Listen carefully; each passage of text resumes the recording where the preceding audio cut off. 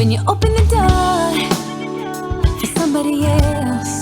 Welcome to the Vaccine Conversation with Melissa and Dr. Bob. I'm not going to say welcome in. Okay, I refuse to say. Yeah, well, that's my line That's anyway. your thing. So welcome everyone to the Vaccine Conversation. We are here for a part 5 and 6 of the coronavirus discussion as it relates to COVID-19 and the global lockdown, essentially, and what's going on with this. So we've already done a couple episodes on coronavirus before all this kind of turned this way. Yeah. And so we have, over the last 2 weeks, this is our third time meeting to bring to you kind of some new data and have some more discussions about this. And I will, again, go through all 3 of these and find little video clips that we can take and post them so that you can share them, because I know an hour and a half and 2 hours can get really long to watch. You can see our last live on Immunity Education Group YouTube page. Mm-hmm. We streamed it there because there were connection issues. And you can see the first one on my page, Melissa Floyd, on Facebook. I think your Instagram videos aren't saving. Like, they don't save, right? It's just live, but it doesn't save. Right. But mine I save to my page. Anyway, so welcome everyone, wherever you are listening, whatever state you're in, whatever country you're in, or if you're watching this again tomorrow or listening to this again tomorrow. Welcome to this discussion. It's crazy times that we're in. So there's so much that keeps changing that I keep bothering Dr. Bob by saying, like, when are we going to talk about this again? Because so much happens in a matter of 5 days or 4 or 5 days. Mm-hmm. And, I've been posting, he's been posting. There's a lot we've still been saying, but sometimes it's a little easier to talk about it in a video format or in a conversation format, not just written. There's so much stuff. People are, have been stuck inside. So they're either listening to the news all the time or they're on social media all the time. And it gets a little inundating, I think. So it's nice that we can bring this to a conversational format to discuss. And I just want to give a quick shout out to my daughter who drew me this right before I left. Can you see my beautiful picture? Everybody, isn't that so cute? That's Serenity drew that for me. Some rainbows and clouds and sunshine, all these beautiful things, which is a nice contrast to what's really going on right now and the stress and all the panic and everything. So it's nice that this is what she sees in her world. I'm glad to know that right now in her world, even though she does know what's going on, what she's thinking of, what she's imagining, what she wants to draw and be creative is something beautiful like this. And I have to say the funniest story. Yesterday we were taking a walk and it was like getting close to dinner time. There were a ton of people social distancing properly. I don't want any hate mail. In the city, it was kind of funny. It was joked that it sort of looked like a Steven Spielberg movie where there's like the guy there was a kid rollerblading. Okay, I haven't seen somebody rollerblade since like 1995. So it's like you've got the kid rollerblading, the people playing catch, somebody with a dog, somebody with a stroller. It was very much like a movie. And it was like set up all the extras, the background, actors were there like a movie. And so we were walking and then there was a couple in front of us and a couple that went around them in the street because nobody wants to get too close to each other. And Serenity's just walking in the bushes and Justice is there and she's just like, don't worry, we don't have corona. Oh, that's cute. That's and really she said it so loudly. Yeah. And you should have seen the faces of these people. They just instantly just started laughing, but they were also kind of like, it was a nervous laughter. And they were probably in their 50s and 60s, the two couples. But it was so funny, the innocence of children through all of this. I have kept her up to date on what's going on. And I know some people wonder, how much do you tell your children about this? And you don't want to give them too much of the stress and too much of the hardship. But I think it's important that she understands why some things are changing. And what the debate is really about. And so it was really funny as she said it. They're kind of like, ha, ha, ha. And I bet they were probably thinking to themselves, like, I wonder if maybe they had it recently and that's why she knows about it. And they walked a little faster as they went along. But I'm sure many of you have had similar situations or awkward moments in this tension. But I just wanted to acknowledge her really fast. I've been to the store a number of times. And I remember last week when I said I went to the store, everyone was kind of friendly and it was calm. Everyone was just sort of walking around doing their thing, minding their own business. Boy, the last couple days, very different story. I mean, the stores they're appropriately, socially distancing us when we're in line and only letting a certain number of people in at a time. And so, they're trying to do the best they can. But I was just walking through the store and they came over the loudspeaker and said, "Attention, all employees! It's the top of the hour. Please wipe down all your stations, sanitize your area of responsibility, go and wash your hands. And for all our shoppers, we appreciate you continuing to practice social distancing by staying 6 feet away." And I like the whole store. There's like a feeling of gloom and, Right. and dreariness. Yeah. And I will even say paranoia. I told you. And I'll admit I was guilty a little bit of that, just because I'm like kind of looking around and not so much that I'm worried that other people have it. I'm kind of worried, do they think I have it? Right. But I mean, everyone can feel it. It's very palpable. The fear and the paranoia. There's no panic. People are polite still, and people are moving slow, and no one's rushing around grabbing things. Everyone's keeping their distance. But I do worry about that fear, that feeling of paranoia and panic. And what I worry is that's going to carry with us long after this is over. That's exactly And- what I've said too. Yeah, and I think that's going to be a kind of a sad thing for our society. I mean, yeah, it's maybe an appropriate level of respect right now while we're all trying to work on this.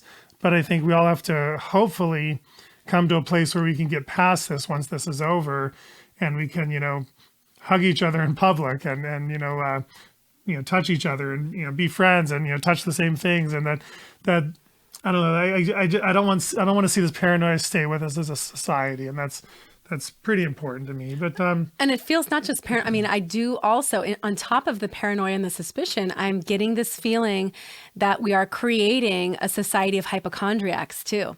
Everybody is now a new germaphobe.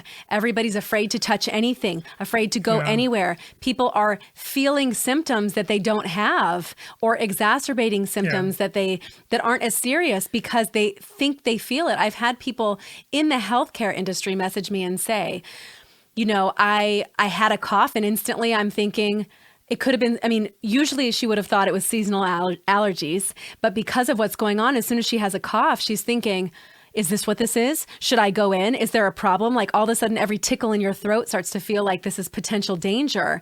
And, well, yeah, like I'm afraid to touch things sometimes in stores now. Like if I'm trying to find like the right, I was looking for the right coffee, and I'm looking through and I can't find, espresso to bring home. But there were some things in the back and things like I could move out of the way to search more, and I didn't want to.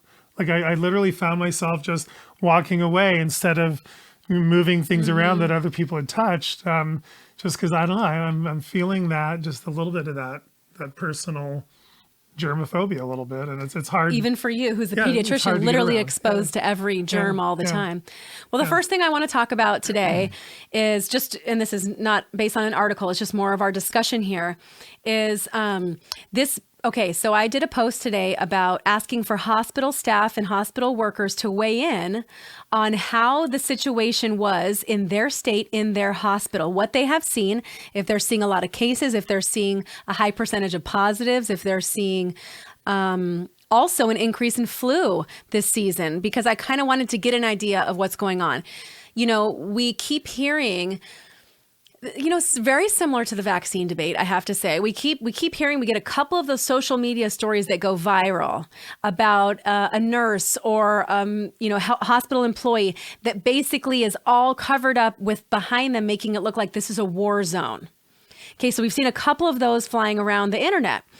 And then I've got, dozens and dozens of people telling me I work in a hospital and it's a ghost town.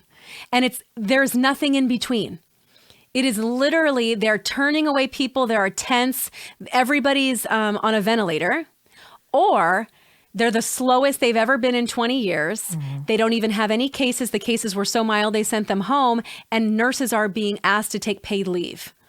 And it's a really interesting polarization that you hear. Yeah. The other thing I've heard, and you can check that post on my Melissa Floyd page and read through the comments. And I had several people private message me because they didn't want to give the information publicly, but they told me the same stories. I have to say, out of hundreds of comments, I probably had maybe 3 that said they were busy. Maybe 3. And anyway, so one of the interesting things I heard over and over was this prediction that they've been told the next couple of weeks, get ready for it. Get ready for it. Something's coming. Be prepared. This is just the tip of the iceberg, the calm before the storm. So, and it's funny to me that people have been getting this directive. They don't know where it's coming from. They haven't been given any details on it. But across the entire country, all the different states, people are hearing the same thing. Mm-hmm. They're hearing, get ready for the worst. The worst is yet to come. But that worse is already in some places. I mean, that you look at New York. New York is about New Jersey, Connecticut. Yeah, I think New York is about the only place that's really showing distress. And one thing, I mean, real distress. And I want to acknowledge, for people that don't know, New York has a population of about 16 million people. New York City has a population of 8.6 million people. So in New York City alone, they have more than half the population of the state. People really are packed right on top of each other. There's a lot of exposure. In New York, and typically in New York City, they have overburdened hospitals almost every year around flu season. There are people that are turned away because of the flu. So I want to acknowledge in some of these big city centers, burdening the hospital is a yearly concern. This is not something that has changed because of coronavirus. This is a consistent problem with the hospital system. And so we are seeing that in a couple places with high density population centers. But something like LA is very spread out, so it's very different than New York City. So we are seeing these kind of things pop up, just like in Italy, high population density centers, same thing with parts of China. Everything's not going to be the same. Right. But it's, my perspective is that here in Orange County, and we're experiencing very little coronavirus so far. Very little. Everything's really very quiet. little confirmed. Very little confirmed cases, and our hospitals they're not overburdened yet. They're not overrun. They're fairly quiet. Same in San Diego too, because a lot of people message me from these. So Southern California in general. Right, and and we've heard a lot of the ERs are pretty quiet right now. So I will totally have to admit that I personally I'm not seeing or experiencing the panic and everyone being overburdened, everyone being super busy.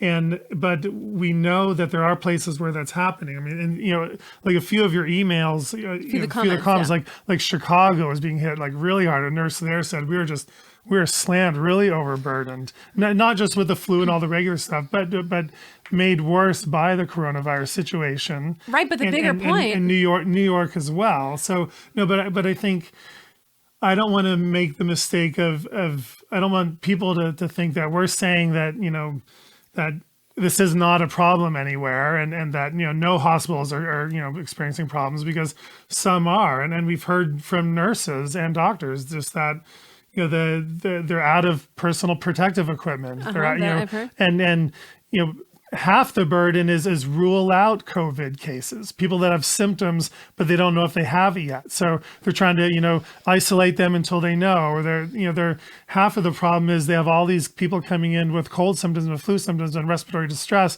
and they're having to treat them as if it's COVID until they rule it out. And so some people are really hit hard by this, and healthcare personnel. And so it's a really big problem in some areas. I think for the majority of us in the United States so far, we're not seeing that. I know, but even in those areas, they're still mostly negative. 70, 80, 90%. It's not because of coronavirus. That's what I'm saying. Well, in part it is. But because of people thinking they have something that they don't.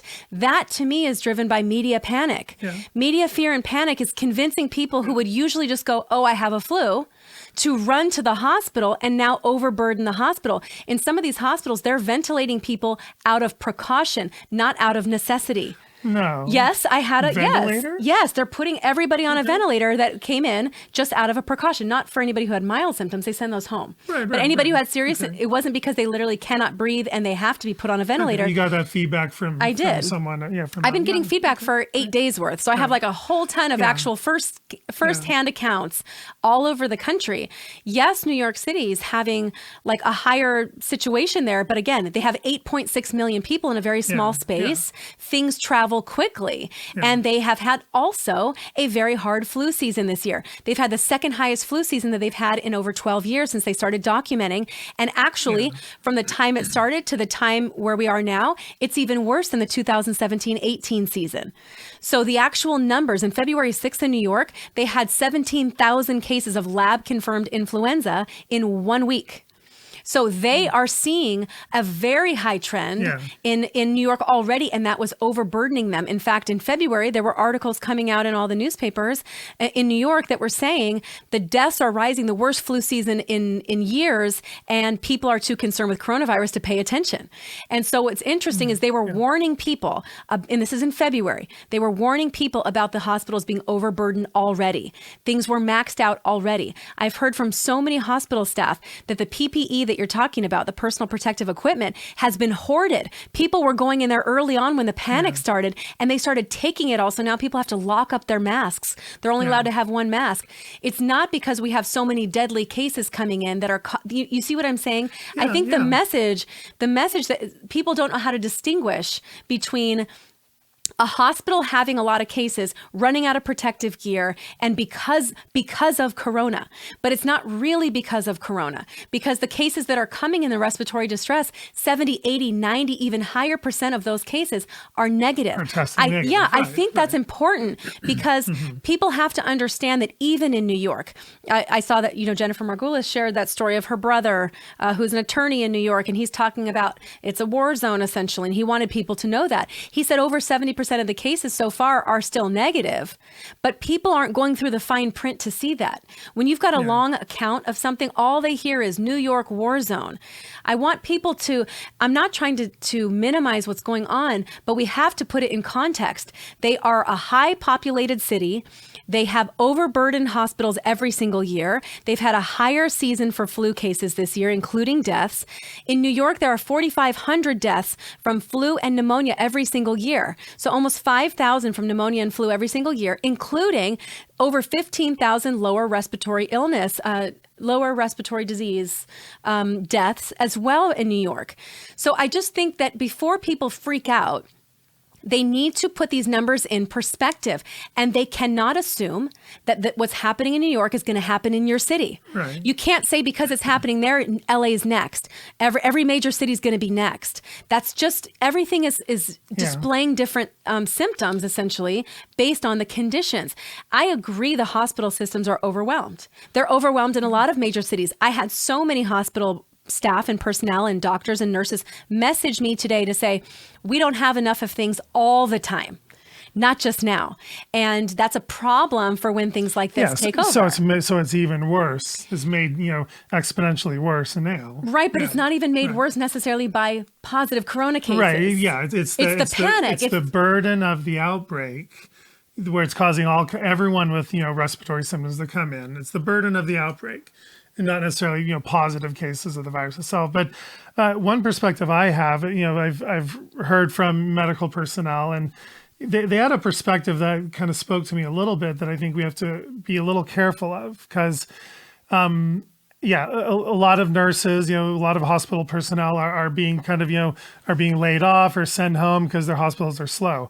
But where things are busy, these hospital personnel are overworked. Sure. They're hugely burdened. They're tired. They're basically, what they feel is they're in the trenches on the front lines. Just like a busy flu season. Right, Same of a war thing. zone. But in some places it's worse because of the coronavirus situation that the hospitals have to deal with. So when those hospital personnel, when they see other people trying to downplay it or say don't worry about coronavirus, or say coronavirus is harmless, and if you have a nurse who's taking care of 5 patients on ventilators all from coronavirus over the last couple of weeks, and they hear someone say, oh well, coronavirus is harmless, that obviously really gets to them and hits them in the heart.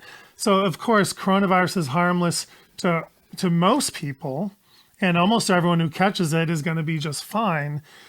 The people that are dealing with these severe cases, every day, they see it very differently. And so every time I come into contact with one of those people, and I use say my statistics or say it's harmless for most people, and then it's serious for the elderly, immunocompromised, and it's harmless for almost all kids, then you'll have the one nurse say, well, I just took care of a kid in my ICU who had coronavirus. So that nurse's impression is that I'm wrong, where the data show I'm right, but her impression is a little different. So I feel like there's a lot of misunderstanding and back and forth, and people are getting angry at each other when they're not kind of appreciating all sides of this. And so I don't want people to mistake me as saying that I think there's nothing to worry about. Everyone's hyping it up. Nothing. We have nothing to fear. I don't think that's true. I mean, I think what I've been saying all along is going to be sort of my general position is thank God it's going to be harmless for almost everybody, especially younger people. It'll occasionally hit a young person. It'll occasionally hit a young adult. It'll start hitting more and more people, worse and worse the older you get. The data are very clear on that. We'll have, tragically, fatalities mostly in the older population and a little bit in the younger population. There's going to be all these outliers on each end of on the younger end of that spectrum. But and some people will be hit very hard. And I know hospitals are worried and they're gearing up for the surge, as you said. And I hope a lot of places never get a surge, and I hope all that preparation is ultimately for nothing, because it doesn't hit you hard. And the ones that are prepared and you get hit with that surge, you might be even hit harder than you're even ready for. And especially places like New York, it might be terrible for some places, but I feel like now that everyone's taking action, I feel like it's going to go through everywhere, and it's going to go through. But I guess I just hope it doesn't hit too hard everywhere. So I guess I kind of see both sides and all sides of this. I kind of find myself a little bit in the middle of it. Honestly, I'm trying to reassure people, what the facts are, what the data show. I don't want to downplay anyone's efforts on getting ready, and I don't want to say we don't appreciate the medical people that are out there in the trenches that are working every day really hard on this, because some people are. And so I think there's just so many different ways to look at it. But I know we agree that the media are not necessarily helping with hyping up things unnecessarily, and some people might be taking too extreme measures. I think we're all trying to figure all this out, and our government is trying to figure this out, and we're all kind of walking through this together and in this fight together. So I just hate the division, and I hate when people kind of are at each other's throats on Facebook, because if you dare post, like I dared to post that I'm worried about the long-term effects on our society and nutrition and domestic violence and child abuse and stress and anxiety and mental health issues and the economy and people losing their jobs, and I'm worried about the long term. I dared to say that in the same sentence that I said, hey, I'm also worried about all the elderly because they're vulnerable too. Right. I dared say all that, and people hate me for it. Of course, most people, agree with me, but there are some haters out there because I dared to say that I'm worried about all of it. And that's kind of my position. I'm worried about all of it. Some people only worry about the elderly and the immunocompromised and children with fragile lungs, and some people, some people, there's a patient, their kid has asthma, so they're scared to death of coronavirus. And so how dare I belittle it by saying, that it's harmless in most kids?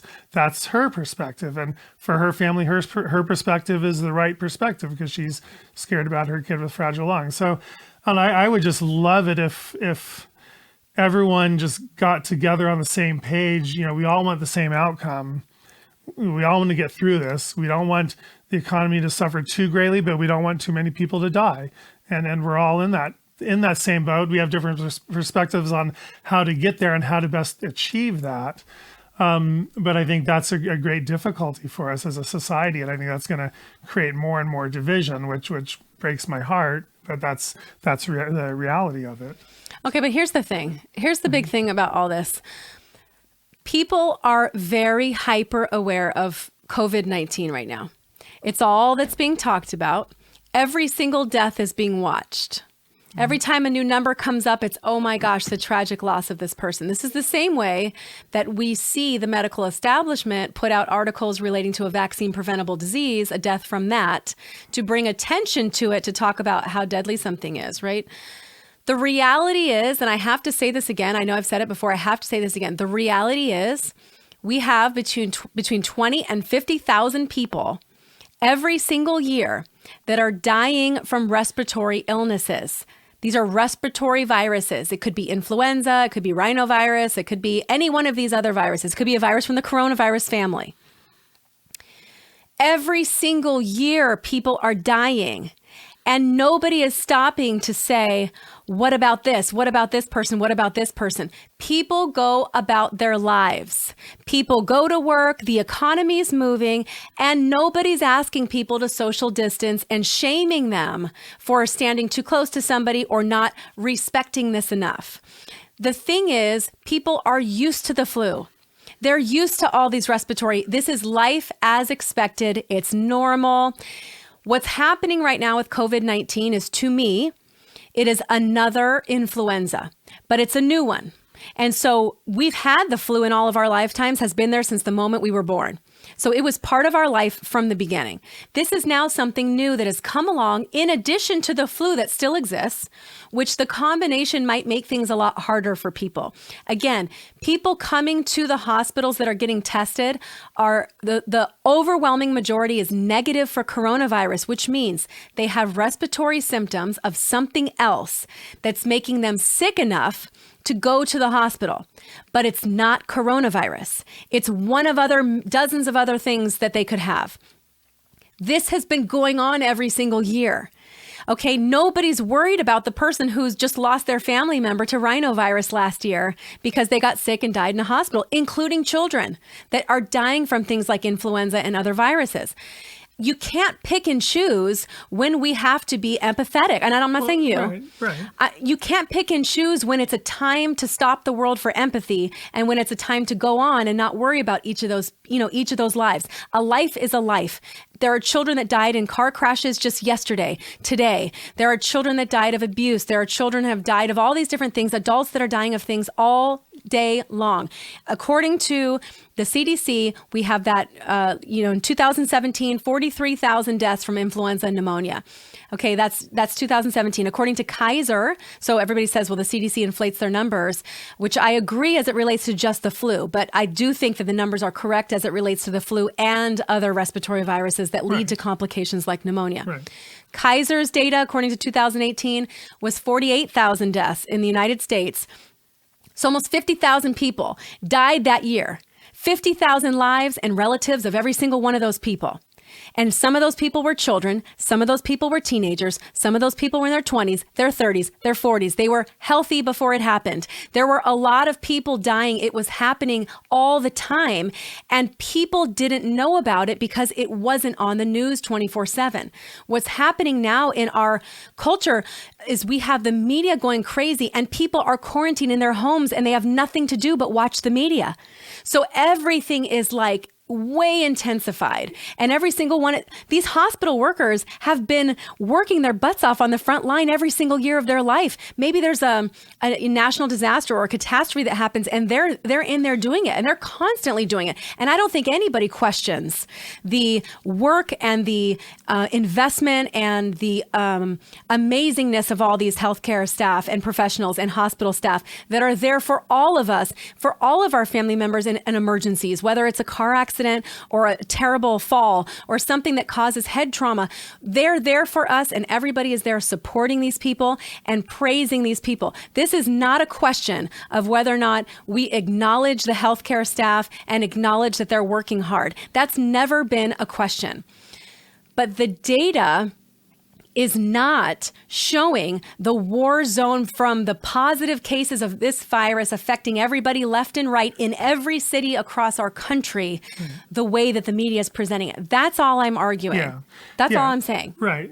But and I agree with a lot of that perspective. You and I almost always agree on almost everything. But a couple of things I want to just add is I think with this virus, when it started, we were worried that we had another SARS on our hands, and we did. It's equivalent, to it's a same family of viruses, same like a mutated form of the virus, and it came out of one country and they actually were able to prevent the spread. And SARS has a fatality rate of about 9 to 10%, so that's a very serious thing to worry about. Right. So that's what created all this anitial fear. And I think I don't think we can blame people for. To me this is more than just another flu-like thing. The perception was we were worried that this was like a SARS-like thing. So then everyone is really, really scared, very scared of it. But you said we're right. worried. This was now the initial... Now we know it looks like it has a lower fatality rate than SARS. But it's spread to us. Like SARS didn't spread to us. This has spread to us. So a perspective that I know the medical personnel have is, I feel like if I was a doctor working in a hospital and I was around flu all day long, and I'm taking care of people with the flu, I'd be like, oh, it's just the flu. I know if I catch it, I will be able to weather it and I'll be able to handle it. For me, this virus is, I know I would personally have more fear of this virus than I would of the flu if I was a healthcare worker in a hospital. Because you've had the flu, though. Right, because I've had the flu many, many times. And your body's going to recognize some level of immunity and be able to handle symptoms differently. I know. So this one, I think, creates a lot more fear in individual healthcare workers. Now they're forced to take care of patients without all the right PPE on. And every patient they're seeing, they have to live with this fear. Gosh, if I catch coronavirus, I'll probably be okay. But that probably is a less of a probably than it was just from the flu. And now I have to go to work every single day and live with this fear. Am I going to catch coronavirus? Am I going to bring it home to my family? Going to bring it home to my kids? I don't think that's an irrational fear. I think that's a legitimate fear because this is a respiratory illness that is, it's worse than a lot of the other respiratory illnesses that are out there. It's got a certain fatality rate, and so I think we need to acknowledge that. And I think a lot of people, when they hear us say, "Oh, this is just like the flu, it's just like every year, don't worry about it," and you're not saying don't worry about it. We've never said this is just like the flu any other year, don't worry about it. So I don't want people to mistake us. I know I would be in that perspective if I was in the hospital. I'm in the office seeing sick kids who are coughing, and I wear my mask, and I already have a little bit of. I have a fear, not that this is going to harm me, but I just have, a little bit of fear of the stigma. I guess if I caught it and I, had cold symptoms, I got tested and was positive. But do you think you'd have that same fear if this was not on the media 24/7 and the entire world was shut down? This has never happened before. You're right. So I think the shutdown is creating more fear. Of course. Yeah, you're right. I think if people took the approach that this is another of many other respiratory viruses and we all have to weather it, there might be a little less fear. But again, I'm not a hospital worker, so I'm not a nurse going into 5 different patient rooms all day long, all of whom are coughing. But have we ever said that healthcare professionals should never worry? No, we're not. We've never made that statement ever. But I think there's a perspective that nurses are sharing with us. Some of them that are in that area. I spoke with I have family members who are nurses, and they have spoken with their colleagues, and they're sharing this secondhand with me. Is there's that real fear for their own safety, because it's a disease that's a little worse to have to deal with and protect yourself from. Well, because it's unknown, and because we don't have enough data to show that many of those healthcare workers might have already had it. Right. So I think the point is, I think I can understand the fear, I can understand the worry, and to me that gives me a lot of empathy for the people that are in the hospitals having to work on this, and so I think I just don't want to downplay that, but I hear what you're saying. You're saying all the data you're talking about is all right on, but I feel like, I don't know, for me it's like everyone's decided to approach it this way, And so I don't want to give the impression that like I'm glad we're kind of in this temporary, social distancing, and then, closing things down and closing high risk areas, and trying to protect people and protect the vulnerable. I mean, I find myself somewhat agreeing with that. I worry it's going to go on way too long and it's going to hurt way more people if it goes on way too long. But I'm in the boat of people that I feel like I'm glad we're all sort of stopping to take a breath and try to regroup and get on top of this a little bit. So then hopefully, we can, prevent it as best we can, or slow down, or, flatten the curve or whatever. But that's what our leaders have chosen to do. And so I embrace that for now. And I don't want to, say that our leaders were wrong to shut everything down temporarily like they have. And we don't know what it's going to be like 2 weeks from now. If things are good, they're talking about reopening things. And if they're bad, then they might not reopen things. And then that's going to go on. And we'll have to, take that as it comes. I don't know. It's just throwing out my perspective on this. And well, looking at Italy's numbers, so Italy they started their national lockdown on March 9th. What's interesting about Italy is the number of new cases every day that came in, not just the total numbers, because those numbers are going to go up the more people that are tested. The numbers kept rising. The new cases every day kept rising on complete national lockdown. So what they found with Italy is even after 20 days now, almost 20 days in national lockdown, they have not seen a decrease. And that just goes to show you, in my opinion, is this quarantining is not going to contain a virus that is casually communicable. Right, like we think it is, and then people are acting as if it is. But you're right, we don't know it is. Well, data is showing us in Italy it's not. It's not for them, and their new number of deaths has actually increased to the highest amount just yesterday and today, already after 20 days in lockdown. How much stricter can you really go to force people to be in their homes? Because you keep talking about it's just 2 weeks, like it's no big deal.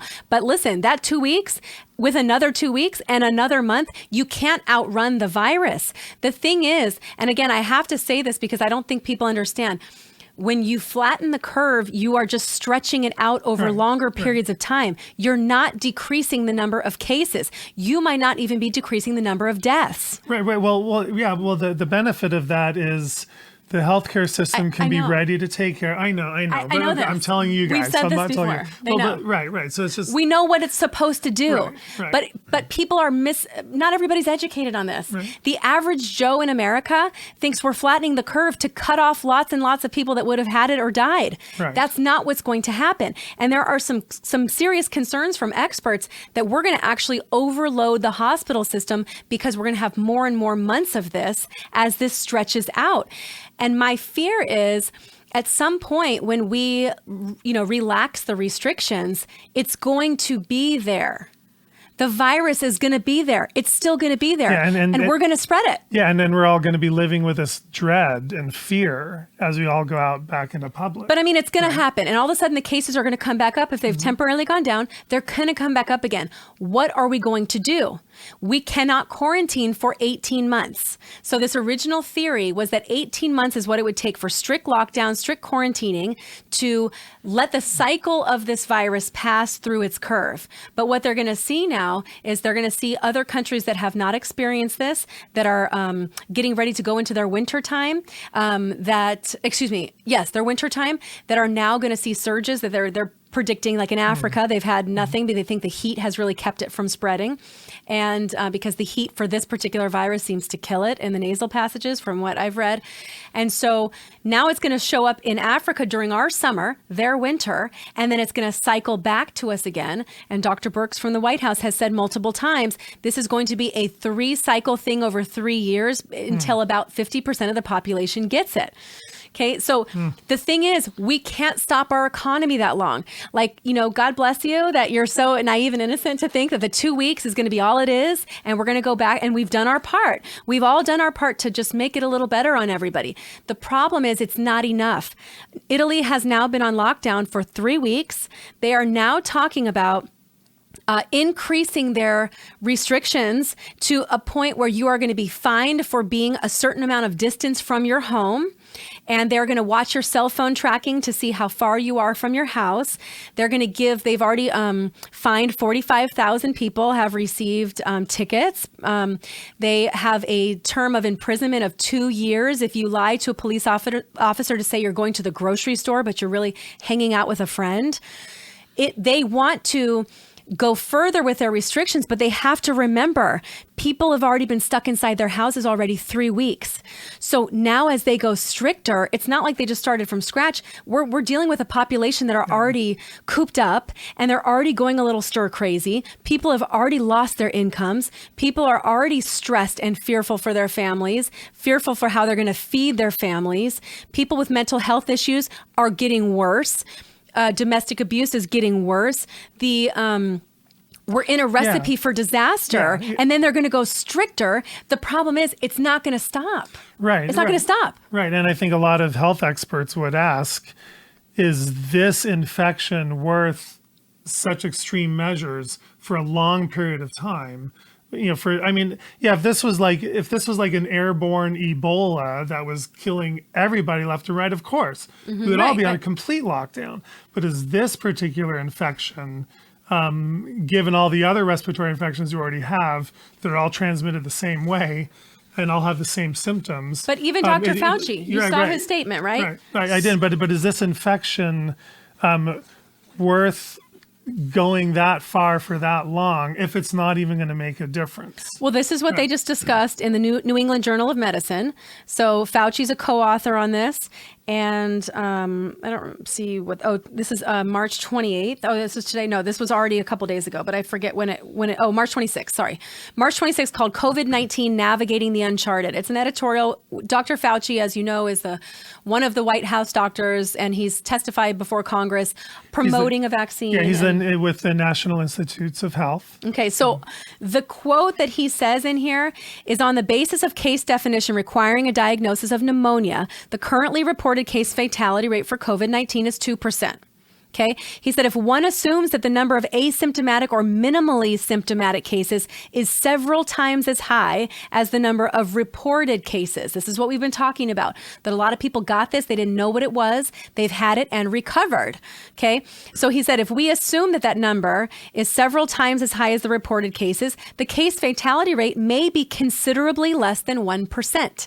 He said that is more akin to those of a severe seasonal influenza or even pandemic influenza season, not similar to the disease like SARS or MERS, which had a case fatality of 9 to 10% or 36% respectively.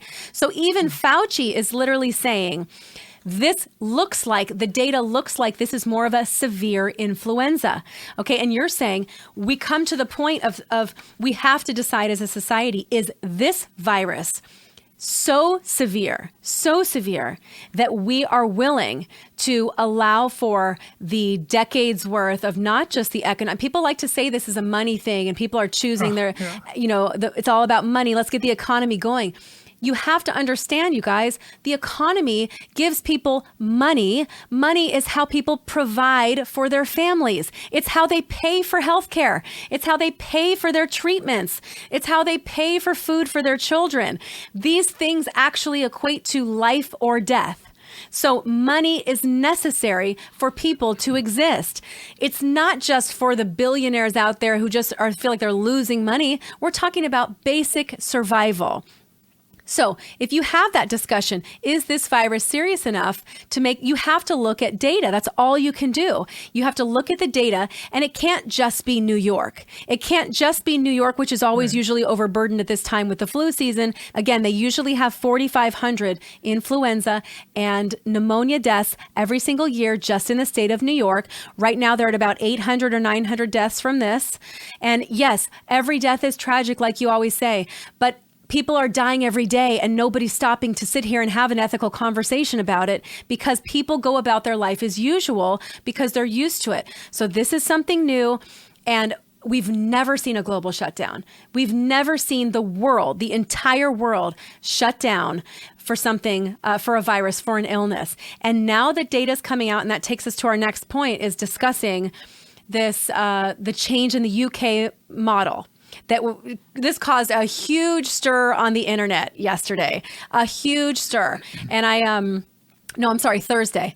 And I posted about this. This is about Neil Ferguson, who had created the imperial model, which had initially predicted that 500,000 people in the UK were going to die. He also estimated that 2.2 million Americans were going to die from this. So in his initial model, that was very scary. And that's one of the things that our country included took in their basket of what to do as it related to their policies for lockdown and the policies for states and counties as well. So a couple days ago, this is after he had a colleague question his model. I think we talked about that in the last one, and offered another model, the Oxford model. And I want to break down for you exactly what these say. And then we'll get back to some other things, and we'll talk about the White House. So just so you know the difference between the two models, okay? The Oxford model, I'll do his model first. The imperial model. Neil Ferguson, this is what he writes from the Imperial School in London, the Imperial College, excuse me. He projected a few million deaths in the U.S. This was a worst case scenario. And he said that the iceberg, so Dr. Birx for the White House made a metaphor about what could really be happening with this virus, that we're just testing the tip of the iceberg, and below the iceberg is this huge body of the population that has had coronavirus, COVID-19. They've had that already. It was either asymptomatic, mild symptoms. They've recovered already. They thought it was the flu over the past 3 months, but it's a huge body of people. They're testing the symptomatic people, which is just the teeny tiny portion that you see of an iceberg.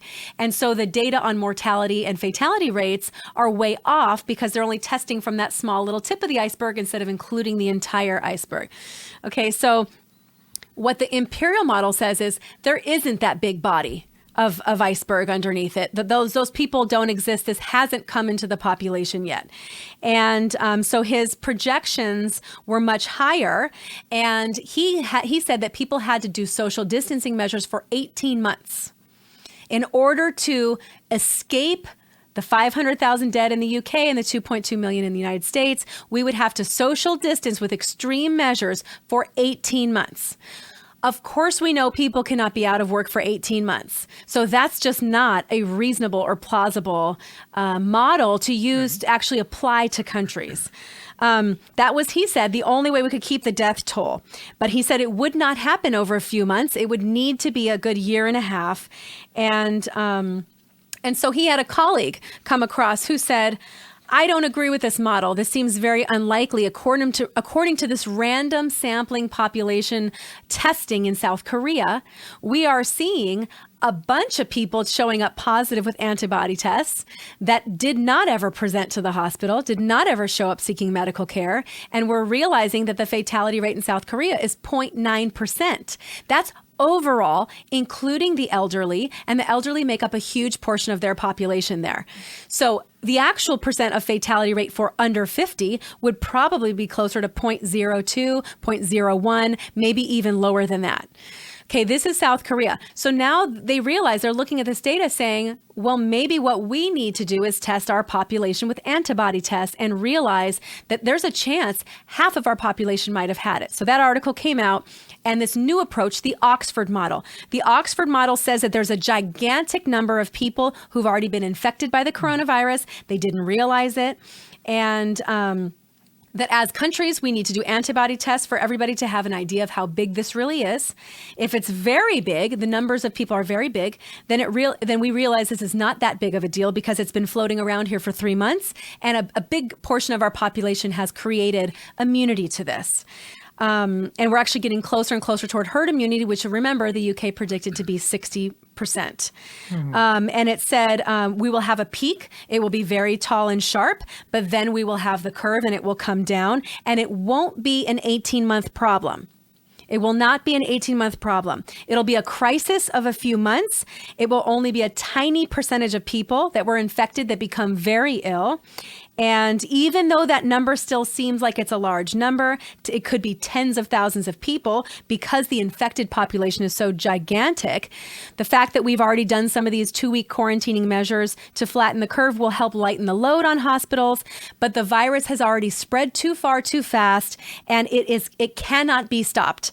There's nothing that can slow it down dramatically. It's not going to happen. And it's already been moving at lightning speed because we have the R naught, of 2.0, meaning every person you're potentially, because nobody's immune to this, or many people are not immune, you're potentially affecting 2 people every time. But now it's just going to move at slightly less than lightning speed because we've had the 2 weeks, and most of us will be just fine. So this is the idea of the Oxford model. Okay, to me, this makes a lot more sense. We've talked a lot, and I've literally talked to hundreds of people over the last 8 days that have all described a mysterious illness over the last 2 months. Yeah, and I've said that I've seen that. We've talked about this. Anecdotally, we have tons and tons of stories of people that have had a mystery illness that was negative for influenza, that was something they had not had before. The timing lines up. I saw an article 2 days ago that said if you're in Southern California, you might have had this as soon as December. So people are actually talking about this possibility. This seems a lot more likely.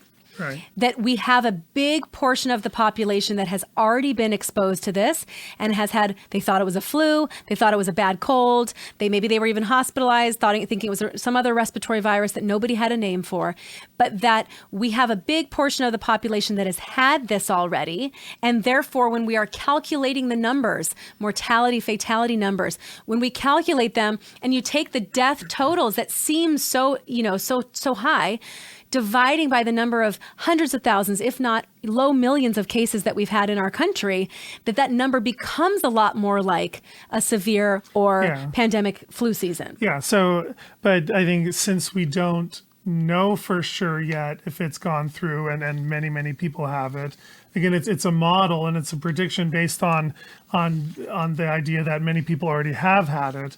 What we need now is the data to show that that's true. So I know the White House is already talking about, doing antibody testing. We could get huge samples of our population and randomly test people, especially people that are not symptomatic now. Right. But, and like, my last cold was the very beginning of January. And so if we just test a bunch of people, we need the data to see if a lot of us are already immune to COVID-19, then the Oxford model makes sense. Right, but the UK was already ordering those tests a week ago for their population, 3.5 million tests for an antibody test. And I have to Do we have data yet or not? No, they haven't gotten them in for the public, but they ordered them and they said they'd be there in a few weeks, which means by next week. But people have to know the difference between the tests. The testing they're doing now at the hospital is not the same thing as the test we're talking about. The test they're doing at the hospital is only if you have symptoms now. It will only show positive if you have symptoms now. So if you already had COVID-19, but you recovered and you get tested, it's not going to show that you had it. You have to do an antibody test, and that's the test the UK wants to order. And that's what Dr. Birx mentioned in the White House conference. They're following that process. That's what South Korea already did. Yeah, but until we have those data, I think to confirm that a lot of us might already be immune, like no one's going to let up our efforts yet. I mean, we're going to stay in this temporary shutdown, I think, either until they decide to lift it without those data, or they get those data and it's favorable, and that might allow us to come out of these shutdowns more quickly. I just wanted to add real quick, I looked on the UK website that you sent me the link to, and given the current situation in the UK, they don't have that information yet that verifies the Oxford model, but their advice is basically they have like 4 things they're asking everyone to do in the country. Only go outside for food, health reasons, or to go to work, but only if you cannot work from home. But to me, that means they're not shutting down all the offices and all the work, not telling everyone not to go to work. They say, go to work, but only if you can't work from home. If you go out, stay 2 meters away from other people at all times. That's 6 feet. Wash your hands as soon as you get home. Do not meet others, even friends or family. So they want, you can spread, I don't know why they say you can spread the virus even if you don't have symptoms. Maybe they're talking like a few hours of the day before you develop symptoms. Well, this is the problem. This is another big confusion. The idea of asymptomatic. Right. Somebody messaged me, we're going to talk about what Dr. Burke said, but what does it mean? She's mentioning asymptomatic.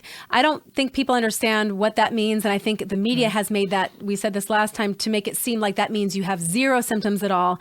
But typically it's you have mild symptoms. There's something there, a low fever, you don't feel so well, you had a little scratchy throat, something. Nobody is completely without symptoms. They have found very low incidence, even in their China we talked data. about that last time. Right. There are no data that shows so that this asymptomatic just means thing is you're not the is a hospital. threat. You're not so severe that you're going to get medical care. That would be putting you into an asymptomatic, which is why Dr. Fauci says asymptomatic or mild. He clarifies in that study that came out 2 days ago, or mild symptomatic, because it's most people that would have had this. They probably did have symptoms. They just didn't know this is what it was, and they call those asymptomatic because they were not symptomatic enough during testing to get tested and be a confirmed case. So that's the difference. Right. If you hear the term, it doesn't mean you've got somebody that looks like they're super healthy and they secretly have it and they're going to give it to you, and that's why everybody's a risk and why you should be paranoid at the grocery store. I mean, that's part of the problem. But I find it interesting, I guess, that the UK has not, launched a huge total shutdown like we have in California or New York, and they were one of the first ones to talk about the herd immunity model. They know that you can't outrun this again. You guys, there's no way to outrun COVID-19, SARS-CoV-2. You're not going to be able to outrun this. This will never not be part of our future at this point. I'm guessing this will cycle and it will continue to be something that we're either aware of. Maybe it won't be as big of a deal because our bodies will develop immunity and this is how we deal. But this is a virus. You can't see it. You cannot control touching environments or touching people. We can't do this forever. We can't do it forever. So we're never going to escape it. The idea is how we can best manage it, how we can best manage getting it. Well, why don't we take a break here? We'll end this. We'll do this as a 2-part episode again. We'll end here and pick up with the next article we want to talk about. And so thank you for listening to the Vaccine Conversation with Melissa and Dr. Bob. And we will see you next time. We're gonna be the peace we wanna see in the world. Yeah, be the peace we wanna see in the world. Be the love we wanna see in the world. Be the joy we wanna see in the world. Be the change we wanna see in the world.